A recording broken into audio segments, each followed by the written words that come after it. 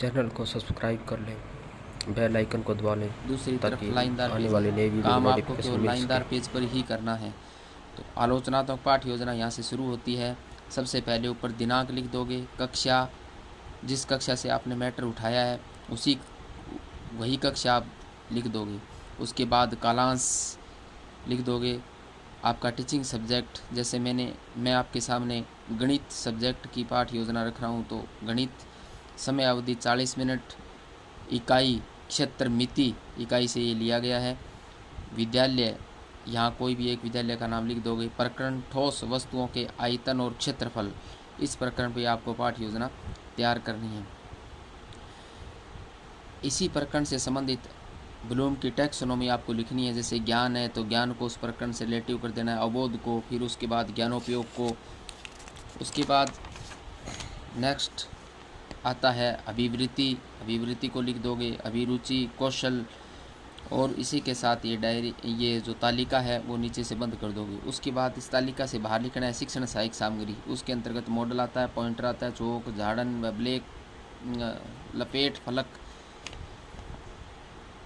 आदि आता है। उसके बाद पूर्व ज्ञान लिखना है। ठोस वस्तुओं का विद्यार्थी पूर्व ज्ञान रखते हैं। आपको केवल प्रकरण से रिलेटिव करके लिखना है कि उस प्रकरण का ज्ञान विद्यार्थी पूर्व में रखते हैं, बस इतना ही लिखना होता है। उसके बाद पूर्व ज्ञान आधारित प्रस्तावना निकालोगे आप। पूर्व ज्ञान आधारित प्रस्तावना, इसमें आपको कम से कम 5 प्रश्न करने हैं। इसमें भी कॉलम बनेगा, 3 कॉलम बनेंगे। पहला क्रम संख्या का, दूसरा छात्र अध्यापक क्रिया का, तीसरा छात्र छात्रा क्रिया का। पहला प्रश्न आता है, एक निश्चित लंबाई वाली रेखा को क्या कहते हैं? रेखाखंड कहते हैं। अब दूसरे वाला क्वेश्चन इसी से ही शुरू करना है। रेखाखंडों के द्वारा क्या बनाया जा सकता है? इसका आंसर आता है विभिन्न आकृति, वर्ग, आयत और त्रिभुज। अब इसी आंसर से ही आगे वाला क्वेश्चन या तो शुरू करना है या इसको काम में लेना है। वर्ग तथा आयत में कितनी भुजाएं होती हैं? 4 भुजाएं होती हैं। अब इसी प्रकार चौथा क्वेश्चन भी इसी आंसर से शुरू करेंगे या इसको प्रयोग में लेंगे। 4 भुजाओं से घिरी आकृति जिसमें आमने सामने की भुजाएं बराबर होती हैं तो आयत कहलाता है। उसी प्रकार 5वां क्वेश्चन भी इसी से शुरू करेंगे। आयत, गोला, शंकु का आयतन व क्षेत्रफल, ये समस्यात्मक क्वेश्चन हो जाए क्योंकि इसका जवाब बच्चे नहीं दे पाएंगे। उसके बाद अपना उद्देश्य कथन निकल जाता है। उद्देश्य कथन लिखेंगे, आज हम ठोस वस्तुओं के क्षेत्रफल व आयतन के बारे में पढ़ेंगे।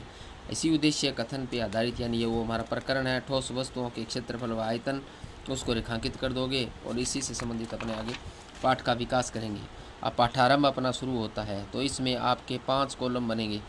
पहला अध्ययन बिंदु का, दूसरा विधि प्रविधि का, तीसरा छात्र अध्यापक क्रिया का, चौथा छात्र छात्रा क्रिया का, 5वां श्यामपट्ट सार। सबसे पहले आप विकासात्मक प्रश्न करोगे, प्रश्नोत्तर विधि होगी, विकासात्मक प्रश्न होंगे, इसमें 2-3 प्रश्न आपको कर लेने हैं। उसके बाद चौथा क्वेश्चन मौन आते ही अपना पहला टॉपिक आ जाएगा धन, व्याख्या इसकी करनी है। छात्र अध्यापक कथन लिखोगे, उसकी व्याख्या कर दोगे। छात्र छात्रा क्रिया में लिख दोगे, विद्यार्थी ध्यानपूर्वक सुनेंगे। और श्यामपट्ट सार में आप ब्लैक चार्ट काट के ये श्यामपट्ट सार आप लगा दोगे, इस पर लिख दोगे। उसके बाद आगे जो पढ़ाया है इसी में से बहुत प्रश्न करने हैं। फिर आगे वाले टॉपिक के विकासात्मक प्रश्न करने हैं। फिर दूसरा टॉपिक आ जाता है वृत्त, और उसके बाद उसकी व्याख्या करनी है, इसमें व्याख्या कर दोगे आप। छात्र विद्यार्थी ध्यानपूर्वक सुनेंगे लिख दोगे आगे, और इस श्यामपट्ट सार में श्यामपट्ट लगा दोगे आप। उसके बाद जो दूसरा टॉपिक पढ़ाया उसी में से बहुत प्रश्न करने हैं, इस प्रकार आप बहुत प्रश्न लिख दोगे। उसके बाद आगे प्रश्नोत्तर विधि चेंज हो जाएगी क्योंकि आगे तीसरे टॉपिक के विकासात्मक प्रश्न करने हैं। फिर तीसरा टॉपिक गोला आ जाएगा, तो गोले के बारे में आपको बताना ही है, गोले के बारे में लिख दोगे। उसका सूत्र आ जाएगा, इधर श्यामपट्ट लगा के उस श्यामपट्ट सार लिख दोगे।